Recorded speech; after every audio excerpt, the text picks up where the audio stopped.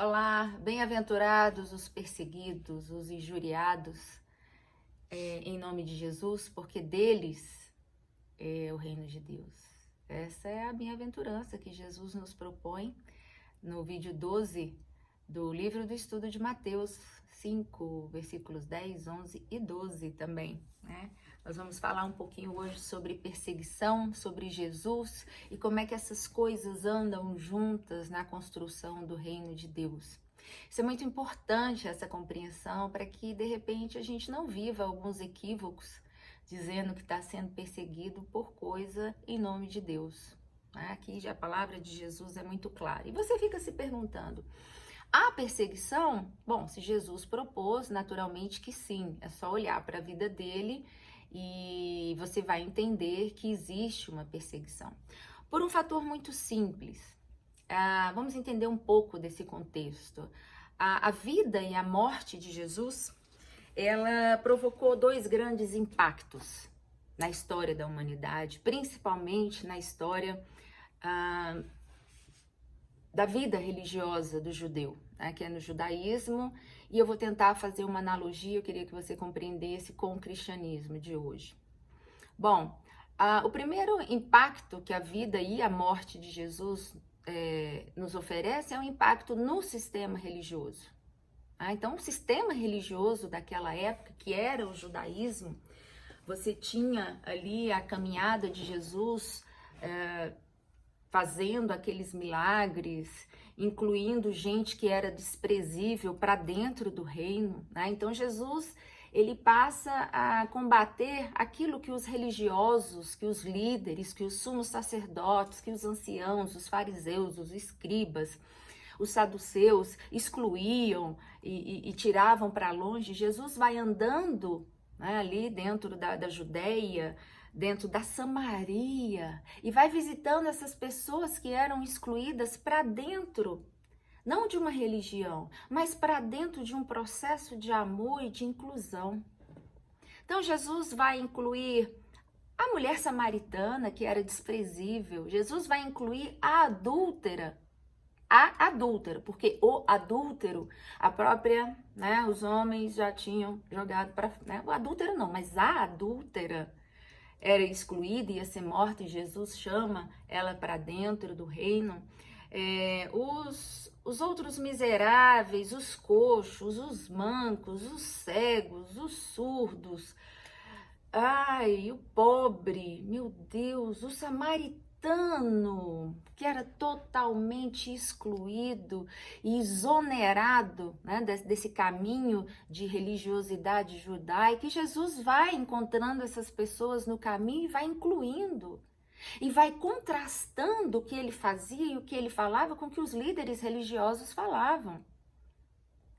Em outras palavras, fazendo uma analogia com o que é hoje, né? E eu vou pegar aqui o cristianismo como base, porque é a religião assim que mais possui pessoas, denominações e etc.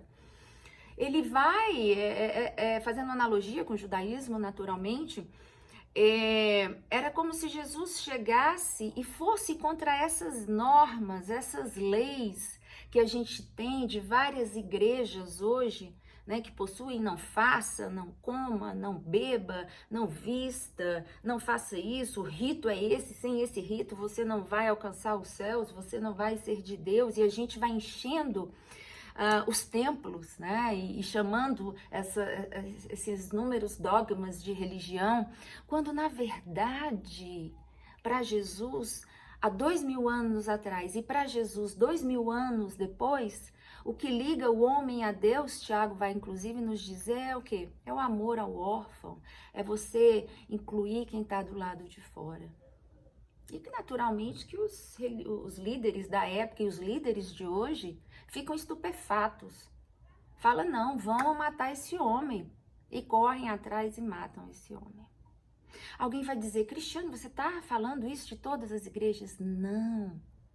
O que eu quero mostrar é que se existia aquela perseguição naquela época, vai existir hoje. O que eu quero que você saiba é que existe também um sistema religioso hoje da mesma forma que existia 2000 anos atrás. A gente não pode ser ingênuo de pensar que não fazemos parte desse sistema religioso. E o que a gente precisa é ter uma postura ética à luz, não do meu líder religioso, mas à luz do Evangelho de Jesus. Eu falo isso porque eu vejo, e você também vê, muitas asneiras, perdão pela palavra, né? Mas tanta idiotice, tanta mentira sendo propagada como se de Jesus fosse, como se fosse fruto daquilo que é Cristos, do cristianismo, pode ser, mas de Cristos não é. Sabe, a gente precisa sair dessa bolha de ingenuidade de pensar que a igreja eleita é a igreja templária. Não é. A igreja eleita sou eu. A igreja eleita é você. É quem carrega essa ética da inclusão e do amor. É quem carrega um evangelho vivo que não se baseia em dogmas. E se isso existia lá, isso existe cá. Quando a gente acompanha nos últimos 10 anos, e em específico, que está mais vivo na nossa memória, os últimos 2 anos, né? A igreja templária fazendo tantos conchavos, tantas profecias, dizendo que é profecia em nome de Deus, fazendo, sabe, tantas linhagens humanas e colocando isso dentro do evangelho. Eu preciso dizer que a gente precisa sair dessa bolha.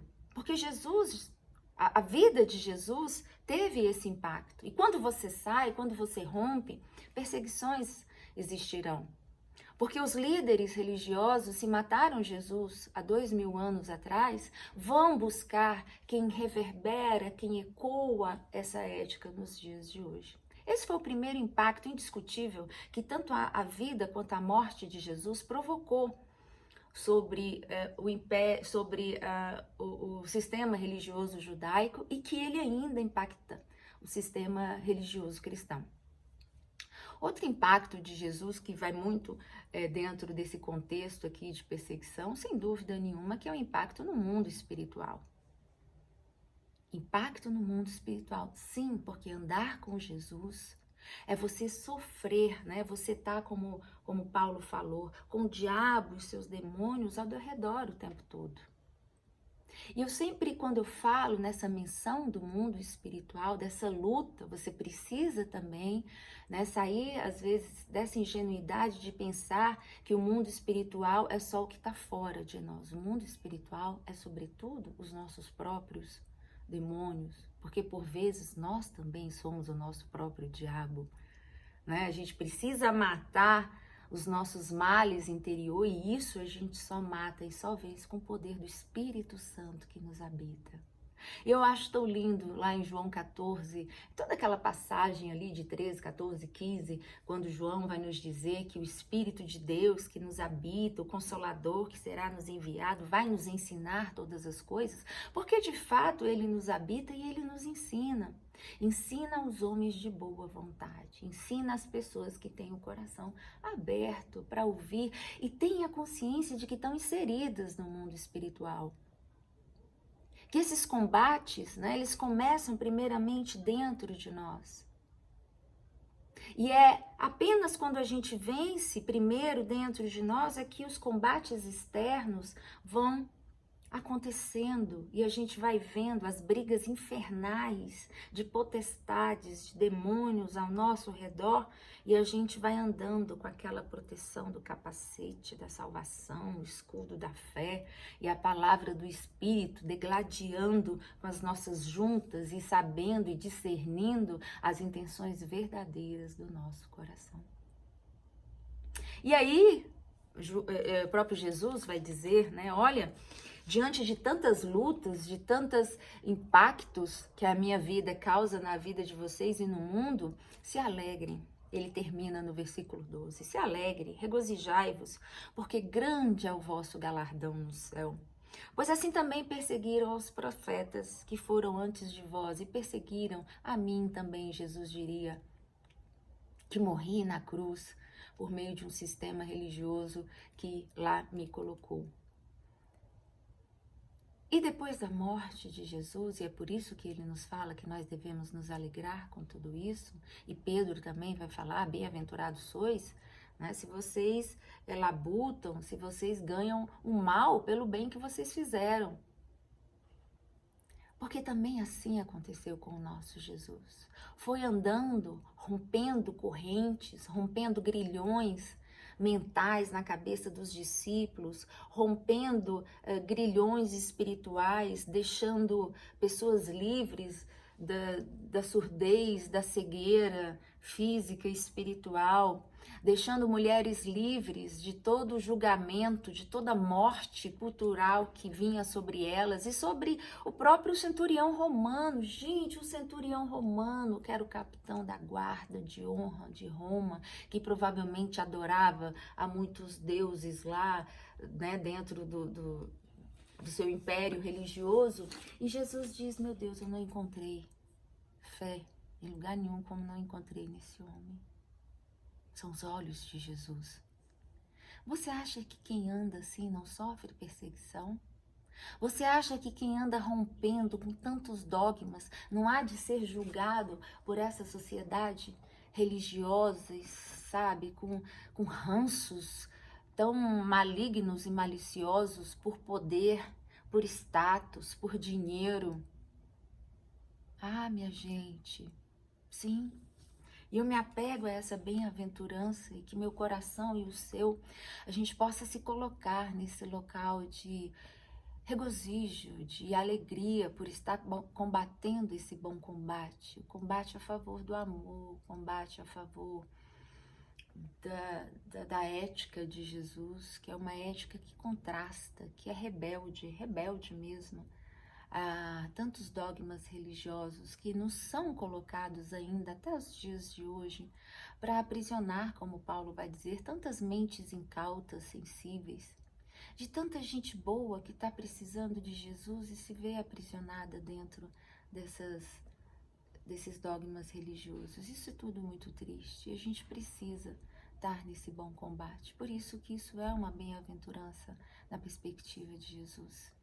E que Ele tenha misericórdia de nós e que nós também saiamos para fora do arraial, como diz lá o escritor de Hebreus, saiamos todos para fora do arraial, para fora desse mundinho religioso, catedrático, templário, e vamos de fato entender o que é o Evangelho, né, para os dias atuais. Vamos fazer essa releitura e essa aplicação ética, porque se tem uma coisa que o mundo está precisando, minha gente, é de amor, é de inclusão, é de abraços. E deixar que cada um fale, que Jesus fale, aliás, ao coração de cada um. Essa é a minha palavra. E que antes de falar a você, ela possa mover também profundamente o meu coração. Que Deus nos abençoe nessa caminhada.